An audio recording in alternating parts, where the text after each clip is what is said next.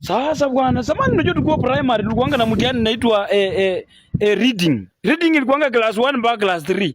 Kuanzia class 4 mpaka 8 hao walikuanga wanafanya composition. Sasa nyinyi wa reading ilikuanga mtihani sasa hiyo ni ya mwisho. Hiyo ndio zile mtihani ya mwisho ndio muende mchezo kwa uwanja huko. Sasa walikuanga wanasikia wanaita madarasa wanaita class 1 mpaka 3 watu waende kwa madarasa hawajasoma reading. Sasa wakati mnaingia kwa madarasa kusoma reading, madam ameweka kwa miti anasaisha huko. Wakati madam anasaisha chini ya miti tu. Sasa unaita mwenzako, rudi kwa darasa unaita mwenzako, unasema ameanza na kama roho ya kwa mlango hiyo. Ukienda penye madam yako chini ya miti hapo, anakupea karatasi moja alafu moja anasaisha. Na bairo nyekundu tu.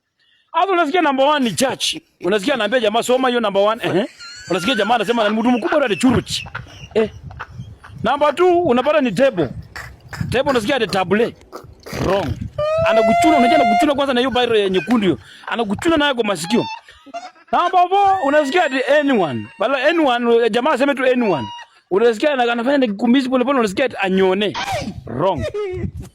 Wengine wanaanza wanaenda tena kwa wengine bala aseme kapo anasema ati ku. Wrong. Anakuchuna na anakuchapa kofi kwa masikio anakuchuna kabisa kwa masikio na hiyo nini? Hiyo bairo nyekundu hiyo. Home wanaambia yeye home.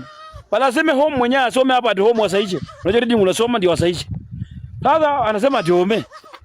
Mimi nakwambia anakuchuna kwa masikio anakupiga kofi hapo unakimbia kwa darasa mbio uongee. Unasikia ndio anaambia mwingine kuna mapacha madam anakuita. Unajua anakuchapa kiboko. Kiboko. Wanachapa tu kwa mapacha hapo kiboko kutoka mbio unarudi kwa darasa kuita mwenzako.